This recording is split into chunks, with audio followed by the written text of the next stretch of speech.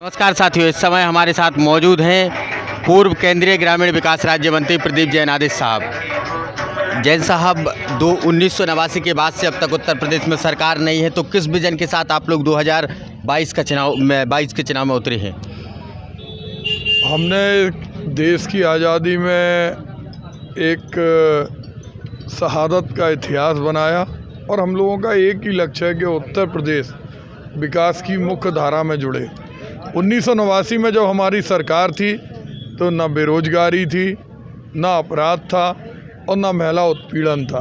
आज इन सब मुद्दों को लेके हम चुनाव के मैदान में, और एक कार्यकर्ता, एक ऐसा सामान्य कार्यकर्ता जिसे विरासत में, जिसके परिवार में किसी ने भी राजनीति नहीं की, उसकी कार्य क्षमता पर आज प्रियंका जी ने टिकट दिया और ये संदेश दिया कि कांग्रेस कार्यकर्ताओं की पार्टी है। और उसका लक्ष्य ये है हमारे संदेश का कि आम आदमी जुड़े और बलवंत राजपूत को विधायक बनाए। और हमें विश्वास है एक ऐसा विधायक है जिसने कहा, भले ही वो गरीब परिवार से है, मध्यम वर्गीय परिवार से, लेकिन उसने कहा कि मैं विधानसभा जाऊंगा, जो मुझे वेतन मिलेगा मैं उसमें एक भी पैसा अपने लिए नहीं लूँगा, पूरे विधानसभा क्षेत्र में गरीब लोगों में वितरित करूँगा। 2009 में एक समय जब आप चुनाव जीते झांसी ललितपुर लोकसभा क्षेत्र से, उस दौरान की परिस्थितियों में और आज की परिस्थितियों में आपको नहीं लगता कुछ अंतर है? हमें वैसी ही परिस्थिति लगती है कि जैसे हम जब चुनाव लड़े थे, कहीं हम गए कहीं नहीं गए।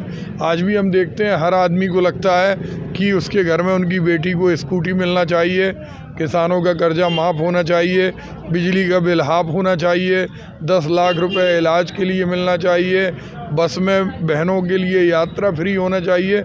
लोग खुद चुनाव लड़ रहे हैं और वो समझते हैं कि प्रियंका जी का जो घोषणा पत्र है वो प्रतिज्ञाएं हैं। अगर छत्तीसगढ़ में हमने किसानों के कर्जा माफ़ की बात की थी तो 48 घंटे में कर्जा माफ़ हो गया था। हमने गाय माता को बचाने की बात की थी तो हम 2 रुपये किलो गोबर खरीदने लगे थे। तो आज वही स्थिति हमें दिखाई दे रही। 2009 में जब कर्जा माफ़ हुआ था, लोगों ने, जनता ने चुनाव लड़ा था, आज वैसा ही हम लोग 4 आदमी चले थे और सैकड़ों की संख्या में लोग यहाँ इकट्ठे हो गए।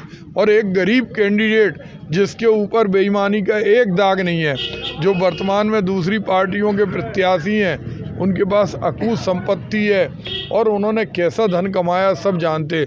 लेकिन बलवंत राजपूत, इसका दिल कितना बड़ा है कि इसने कहा हम विधायक बनेंगे तो हमें कोई सैलरी नहीं चाहिए, हमें कोई सुविधा नहीं चाहिए, हम तो जैसे पहले थे वैसे रह के विधानसभा में क्षेत्र के लिए लड़ेंगे। एक तरफ भारतीय जनता पार्टी लगातार ये कह रही है हम लोग 325 के आंकड़े को पार कर रहे हैं, तो आपको क्या लगता है, क्या भारतीय जनता पार्टी ने 17 से 22 के मध्य में कोई विकास कार्य किए हैं जिनसे उनकी पार्टी आगे की तरफ जाए?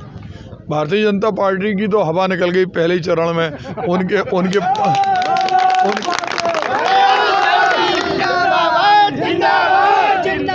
उनके पन्ना प्रमुख कहते थे कि हम 90% मतदान, उनका मतदाता ही लेने नहीं निकला, क्योंकि उसे मालूम है हमसे धोखा किया।